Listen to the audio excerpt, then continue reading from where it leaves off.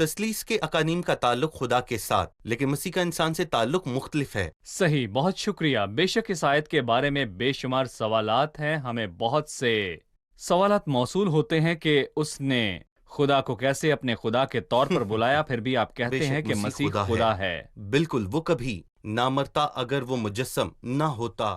صحیح، بہت شکریہ بھائی۔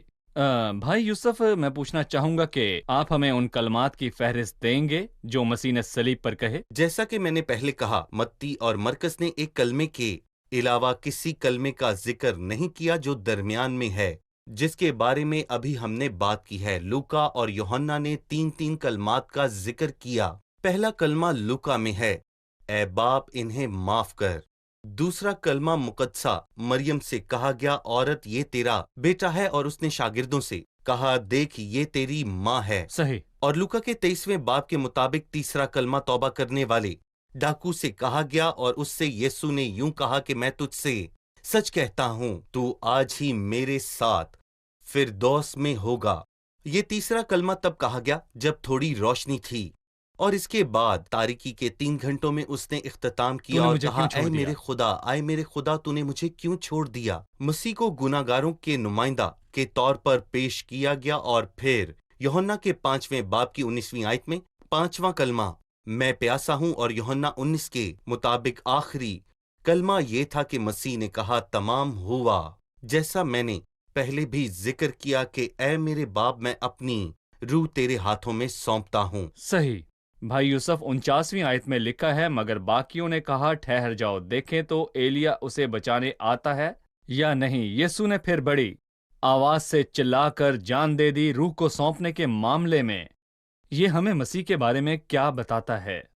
جب وہ مر گیا تو وہ کون تھا؟ انسان کا اپنی روح پر کوئی اختیار نہیں، لیکن مسیح کا ہے، اور چاروں اناجیل ہمیں یہی بتاتی ہیں۔ اس نے اپنی روح سونپی۔ یوحنا کے 10ویں باب کی 18ویں آیت میں یہ واضح طور پر لکھا ہے، کوئی اسے مجھ سے چھینتا نہیں، لیکن میں آپ ہی اسے دیتا ہوں۔ مجھے اس کے دینے کا اختیار ہے، مگر حیرانی کی بات یہ ہے، اور پھر اسے لینے کا بھی اختیار ہے۔ پس مسیح اپنی کامل مرضی کے ساتھ موت میں داخل ہوا۔ ایک قابل احترام بشپ نے اور ایک بائبل کے تبصرہ نگار نے خوبصورت بات کہی کہ ہم اپنی مرضی سے اپنی زندگی میں کچھ بھی نہیں کر سکتے، کیونکہ اس کا اختیار ہمارے پاس نہیں ہے، لیکن واحد مسیح ہے جس کے پاس کل اختیار تھا۔ وہ اپنی زندگی میں کچھ بھی کر سکتا تھا۔ جیسے میں نے پہلے کہا کہ مسیح کو پورا اختیار تھا کہ وہ اپنی زندگی میں کچھ بھی کرے، لیکن وہ حیران کن انداز میں مرا، جس کی وجہ سے پینتوس اور پلاطوس بھی حیران تھے۔ جب مسیح کی موت ہوئی تو اس نے صوبیدار سے پوچھا کہ وہ کیوں کر اتنی جلدی مارا گیا۔ یہ اس لیے ہوا کیونکہ اس نے اپنا کام مکمل کر لیا تھا۔ اس نے کہا تمام ہوا، اور اپنی روح خدا کو سونپ دی۔ لیکن ہم چاروں اناجیل میں دیکھتے ہیں یہ جملہ ہر ایک میں فرق ہے، لیکن متی کی انجیل مسیح کو بادشاہ کے طور پر پیش کرتی ہے۔ اس نے حکم دیا کہ سب برخاست ہو جائے، صحیح، ایک شاہی شاہی فرمان، جبکہ لوکا اور پھر مرکز کی انجیل میں ایک سادہ جملہ کہا گیا، جیسے کوئی کسی دوسرے کو ایک عام سی چیز دے رہا ہو۔ لیکن یوحنا کی انجیل میں یہ کہا گیا کہ اس نے اپنی مرضی سے اپنی روح کو دے دیا۔ بس یہاں پر ہم بائبل کی عظمت اور مکمل وضاحت کو دیکھتے ہیں۔ اور اس کے زبانی الہام میں اس کے زبانی اس نے الہام میں درست الفاظ صحیح۔ استعمال کیے۔ ہر انجیل کی سطر جی، اور مقدس کا پردہ اوپر سے نیچے تک پھٹ کر 2 ٹکڑے ہو گیا، اور زمین لرزی اور چٹانیں تڑک گئیں اور قبریں کھل گئیں، اور بہت سے جسم ان مقدسوں کے جو سو گئے تھے جی اٹھے، اور اس کے جی اٹھنے کے بعد قبروں سے نکل کر مقدس شہر میں گئے اور بہتوں کو دکھائی دیے۔ پس صوبیدار اور جو اس کے ساتھ یسوع کی نگہبانی کرتے تھے بھونچال اور تمام ماجرا دیکھ کر بہت ہی ڈر کر کہنے لگے، بے شک یہ خدا کا بیٹا تھا۔ اور وہاں بہت سی عورتیں جو گلیل سے یسوع کی خدمت کرتی ہوئی اس کے پیچھے پیچھے آئی تھی، دور سے دیکھ رہی تھیں۔ ان میں مریم مگدلینی اور یعقوب اور یوسیس کی ماں مریم اور زبدی کے بیٹوں کی ماں موجود تھیں۔ جب اس نے اپنی روح سونپی تو کیا ہوا، اور بالخصوص ہیکل کے پردے کے ساتھ کیا ہوا، ہم کیا سیکھتے ہیں؟ آپ کیا کہیں گے؟ در حقیقت جب مسیح نے اپنی روح سونپی تو بہت سی چیزیں ہوئیں، فطرت میں بہت سے نشانات رونما ہوئے، اور پھر نہ نظر آنے والی دنیا میں اور ہماری دنیا میں بھی نشانات نظر آئے۔ مزید وضاحت کے لیے قدرتی نشان، اور جب پہاڑ تقسیم ہوا اور زمین لرز اٹھی اور روشنی واپس آ گئی، یہ مافوق الفطرت نشانات تھے جو ظاہر ہوئے، کیونکہ وہاں 3 گھنٹے کی تاریکی تھی، چاند گرہن نہیں تھا فسح کی عید پر فسح کی عید پر۔ اور نہ نظر آنے والی دنیا میں کچھ یوں ہوا کہ جو مقدسین سو گئے تھے وہ جی اٹھے اور قبروں سے باہر آ گئے، اور یہاں ایک اہم دنیا ہے جہاں نشانات دیکھے گئے۔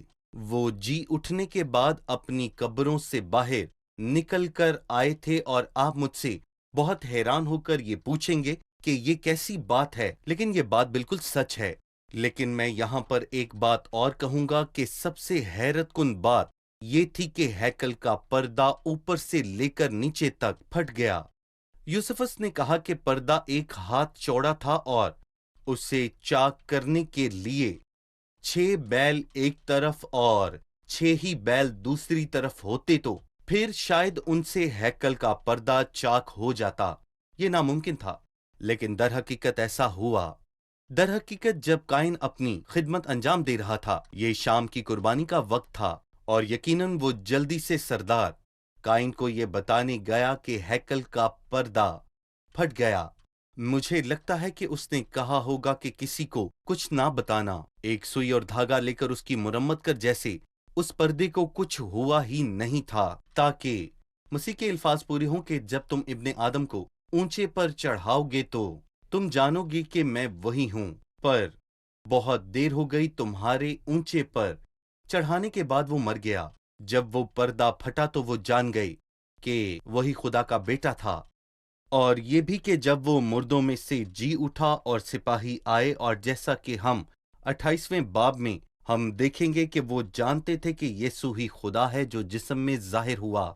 لیکن یہ کیسا نقصان ہے، کیونکہ بہت دیر ہو چکی تھی۔ صحیح، بہت شکریہ بھائی، شکریہ مقدسین کے جی اٹھنے اور قبروں سے باہر آنے پر۔ میں آپ سے ایک تبصرہ چاہوں گا، کیا انہوں نے قبروں میں قیام کیا یا ان کے جی اٹھنے کے بعد باہر آ گئے؟ آپ اس پر کیا کہیں گے؟ اس کی وضاحت فرما دیجئے۔ میرا مطلب ہے کہ میں خدا کے کلام سے عکس کرتا ہوں، اور کچھ لوگ ایسے ہیں جو اس تشریح کو پسند نہیں کرتے، لیکن مجھے کوئی مسئلہ نہیں لگتا کہ وہ زندہ ہو گئے۔ لیکن قبروں میں رہنے اور بائبل میں زندہ ہونے اور جی اٹھنے میں بہت فرق ہے۔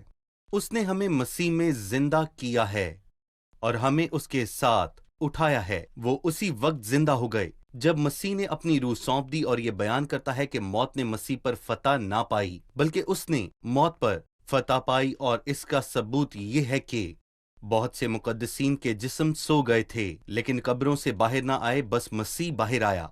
جیسا میں نے آپ سے پہلے کہا تھا کہ مسیح زندہ ہونے والوں میں سے پہلا ہے۔ بہت شکریہ، ہم یہاں ایک وقفہ لیں گے اور پھر دوبارہ حاضر ہوں گے۔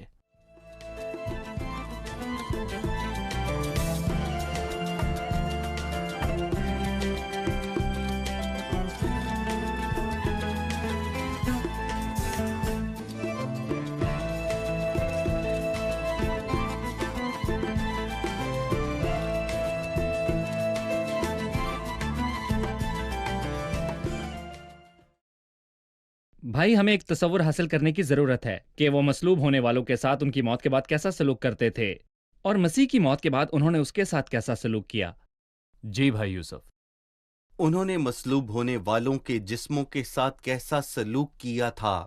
انہوں نے زندہ ہوتے ہوئے انہیں ذلیل کیا، تو مرنے کے بعد ان کے ساتھ کیسا سلوک کریں گے؟ شرم کی صلیب پر مسیح کو لٹکایا گیا تھا۔ کیا انہیں بے پرواہی سے دفن کرنے میں انہیں کوئی مسئلہ ہوگا؟ نہیں۔ یسایہ 53:9 کے مطابق ایک پیشن گوئی ہے کہ اس کی قبر بھی شریروں کے درمیان ٹھہرائی گئی تھی، اور مذہبی رہنماؤں اور سرداروں نے اس کا منصوبہ بنایا تھا، لیکن اپنی موت میں وہ دولت مند کے ساتھ موا۔ یہ تکمیل ہے، اور متی اس بات کو نہیں بھولا کہ یوسف امیر شخص تھا۔ وہ اس لیے کہ پڑھنے والوں کو بآسانی سمجھ آ جائے کہ یسایہ کے 53 باب کی 9ویں آیت کی پیشن گوئی میں کیا لکھا تھا۔ اور میں یہاں پر یہ بھی کہنا چاہوں گا کہ دفن ہونا مسیح کی کہانی کا ایک پہلو ہے جو کلام مقدس کے مطابق ہمارے گناہوں کے لیے موا تھا، جو دفن ہوا اور کلام مقدس کے مطابق پھر جی اٹھا۔ یہ کلام کے مطابق تھا، وہ مارا گیا، جی اٹھا اور پھر ظاہر ہوا۔ اور پھر استشنا 21 میں ایک اہم آیت ہے جو مسیح کی موت کے بارے میں واضح بات کرتی ہے۔ لکھا ہے، اگر کسی نے کوئی ایسا گناہ کیا ہو جس سے اس کا قتل واجب ہو تو اسے مار کر درخت پر لٹکا دیا جائے تو اس کی لاش رات بھر درخت پر ہی لٹکی نہ رہے، بلکہ تو اسے اسی دن دفن کر دینا۔ لہٰذا میں یہاں پر یہ کہنا چاہوں گا کہ یقینی طور پر اس قوم کے رہنما مسیح کی موت کے بعد اسے صلیب پر ہی رہنے دینا چاہتے تھے تاکہ پرندے اسے آ کر کھا جائیں، لیکن خدا اختیار رکھتا ہے، لہٰذا اس نے قوم کے شریر کائنوں کو جو سبت کے دن کے بارے میں حساسیت رکھتے تھے، کیونکہ سبت ایک خاص دن تھا اور مرنے والے جو صلیب پر تھے ان کی ٹانگیں توڑنے کے لیے انہوں نے پلاطس سے پوچھا اور ان کے لیے جگہ تیار کی۔ اس وقت یوسف نے پلاطس سے مسیح کی لاش کو مانگنے کی جرت کی تھی اور پلاطس کو ایک بے گناہ کو مارنے کا احساس جرم بھی تھا، اس لیے اس نے یوسف کو لاش لے جانے کی اجازت دی اور انہوں نے مسیح کو عزت کے ساتھ دفن کیا۔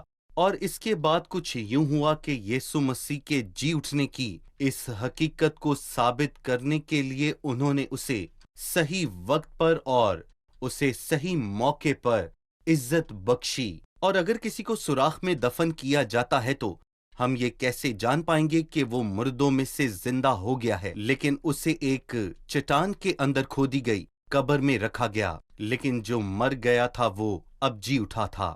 صحیح۔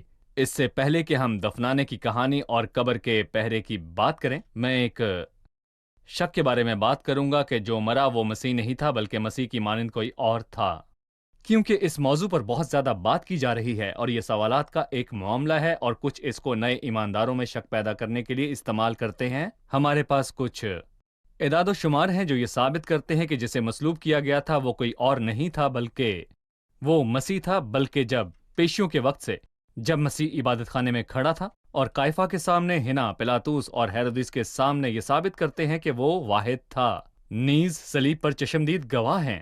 تو براہ کرم مجھے کچھ ثبوت دیجئے جو ہمیں یہ ثابت کر سکیں کہ وہ مسیح تھا۔ پہلا، مسیح اس لیے نہیں آیا تھا کہ اس کی جگہ کوئی اور مرے، وہ اس سزا کا حقدار نہ تھا، لیکن وہ ان لاکھوں لوگوں کے لیے مرنے آیا جو اس کے کفارے کے کام کو قبول کرتے ہیں۔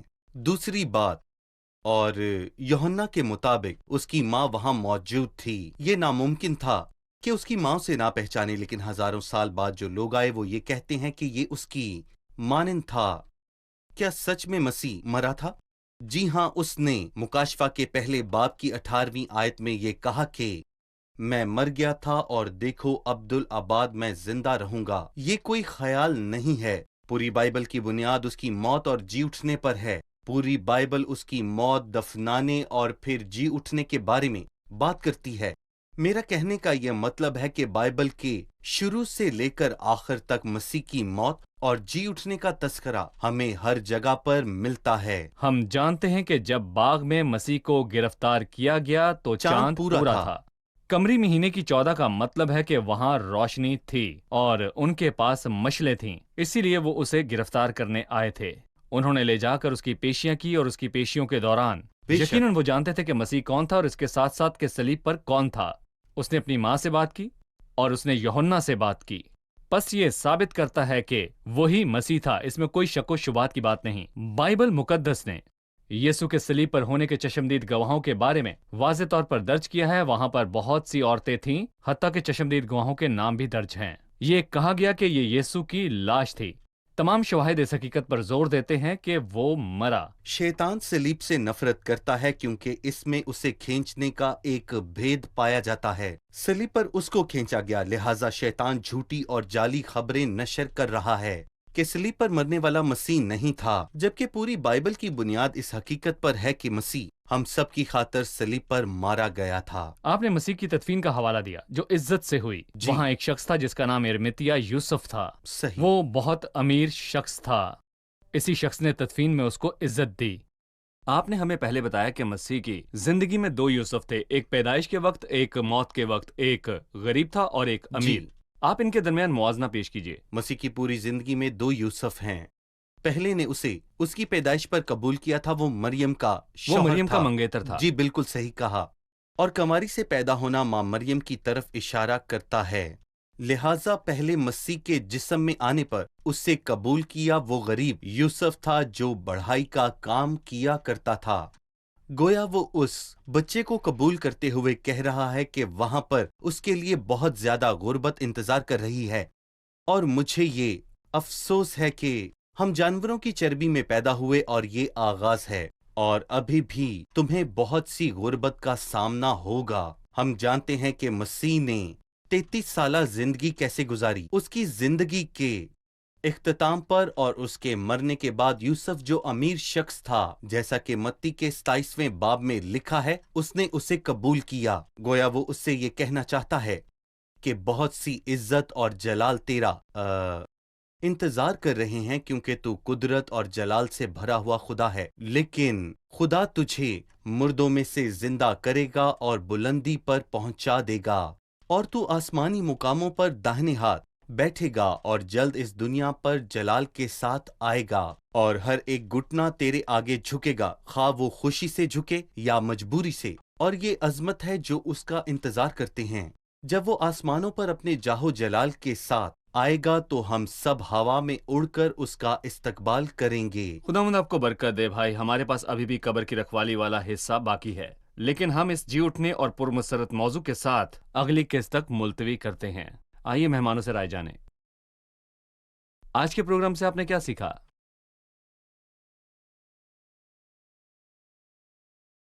حوصلہ افزا بات یہ ہے کہ مسیح کو باپ کی طرف سے اندھیرے کے 3 گھنٹوں میں چھوڑ دیا، کیونکہ اس نے میرے گناہوں کو اٹھایا ہے تاکہ وہ مجھے میری زندگی کی کسی بھی صورتحال میں نہ چھوڑے۔ شکریہ، خدا آپ کو برکت دے بھائی، آپ کا بھی خدا آپ کو شکریہ۔ برکت دے۔ عزیز ناظرین، مسیح نے جو کچھ صلیب پر کیا، میں دعا گو ہوں کہ آپ اپنے دلوں کو ان لہروں کے لیے کھولیں جو صلیب سے آ رہی ہیں۔ یہ آپ تک محبت کے پیغامات پہنچاتی ہیں۔ مسیح کے پیار سے لطف اٹھانے کے لیے اپنے دلوں کو کھولیں۔ اگلے پروگرام میں آپ سے پھر ملاقات ہوگی۔ خدا آپ سب کو برکت دے۔